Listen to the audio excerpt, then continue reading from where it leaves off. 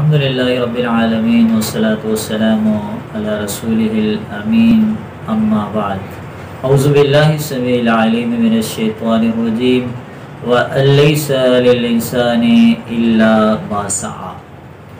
قربانی کے حوالے سے ایک اہم ترین سوال جو آج کل لوگوں کی زبان پر عموماً الفاظ کے ساتھ عام ہو رہا ہے کہ میت کی طرف سے قربانی کرنا جائز ہے یا ناجائز ہے۔ اس حوالے سے پہلے اصولی موقف سن لیا جائے کہ ثواب کا ملنا وہ بھی میت کے لیے ایک غیبی مسئلہ ہے جس میں ہمارے گمان، ہمارے ظن، تخمین اور قیاس آرائیوں کا کوئی بھی عمل دخل نہیں ہے۔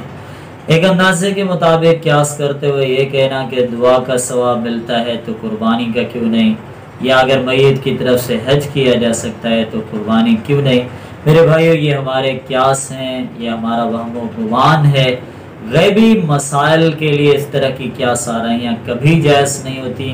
ہمارے اس لیے صحیح دلیل، قطعی اور صریح دلیل کی ہمیں ضرورت ہوتی ہے۔ اگر وہ نہیں ہے تو پھر اس طرح کے قیاس اور گمان چلانے کی کوئی ضرورت نہیں ہے۔ ویسے بھی اللہ رب العالمین کا اصول ہے وَلَيْسَ لِلْإِنسَانِ إِلَّا مَا سَعَى، انسان کے لیے وہی ہے جو اس نے محنت کی ہے۔ ہاں، البتہ ہمارے کچھ احباب نے چند دلائل پیش کرنے کی کوشش کی ہے۔ اکثر جو زبانوں پر عام دلیل ہے وہ سنن ترمذی کی حدیث نمبر 1495 ہے کہ رسول اللہ صلی اللہ علیہ وسلم کے حوالے سے علی مرتضیٰ رضی اللہ تعالیٰ عنہ قربانی کیا کرتے تھے۔ اس حدیث کے الفاظ ہیں انہو کان یضحی بکبشین واحد عن النفس والآخر عن رسول اللہ صلی اللہ علیہ وسلم۔ علی مرتضیٰ رضی اللہ عنہ دو مینڈوں کی قربانی کرتے، ایک ان کا ذاتی ہوتا تھا، ایک اللہ کے نبی صلی اللہ علیہ وسلم کی طرف سے ہوتا تھا۔ جب پوچھا گیا تو علی رضی اللہ عنہ فرماتے ہیں اوصانی بہ رسول اللہ صلی اللہ علیہ وسلم فلا عادہ ابدا، مجھے رسول اللہ صلی اللہ علیہ وسلم نے وصیت کی تھی، میں اسے کبھی نہیں چھوڑ سکتا اور میں اللہ کے نبی کے لیے قربانی کرتا رہوں گا۔ میرے بھائی، اس حدیث کی جب ہم سند پڑھتے ہیں تو اس حدیث میں 3 اسباب ایسے موجود ہیں جس کی وجہ سے یہ حدیث اتنی کمزور ہو جاتی ہے کہ استدلال کے قابل نہیں رہتی ہے۔ اس کے ایک راوی ہیں حکم بن عتیبہ ابو محمد الکندی، ان کا سن وفات ہے 113 ہجری۔ ابن حجر رحمہ اللہ ان کے بارے میں فرماتے ہیں کہ ربما دلسا، بعض اوقات وہ تدلیس کیا کرتے تھے، لہذا اگر کسی حدیث میں کوئی مدلس راوی ہے اور ان کے ساتھ روایت ہے تو حدیث قابل حجت نہیں ہوتی۔ اس حدیث کے دوسرے راوی ہیں شریک بن عبداللہ القاضی، جس کے بارے میں ابن حجر رحمہ اللہ فرماتے ہیں صدوق یخطئ کثیرا، سچے تو ہیں لیکن اکثر اوقات ان سے غلطیاں ہو جاتی ہیں۔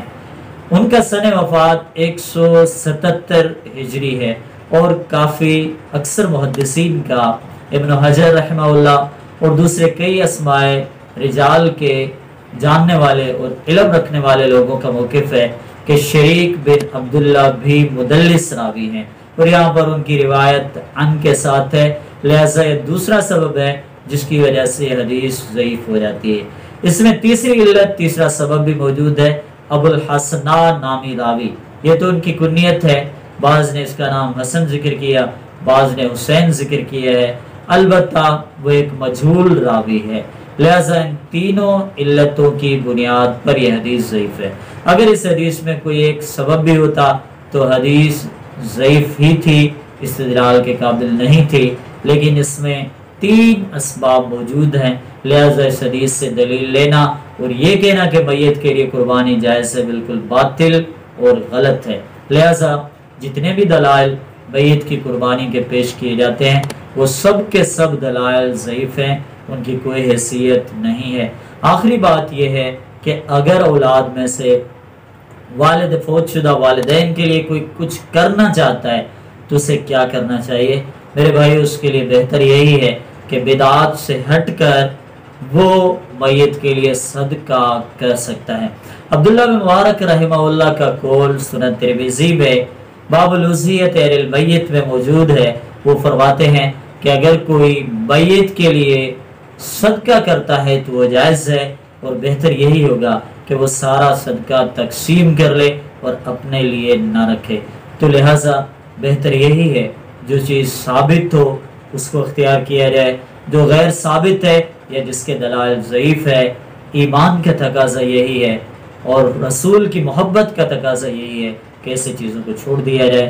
اللہ تعالی ہمیں صحیح عقیدہ اختیار کرنے کی توفیق عطا فرمائے، آمین۔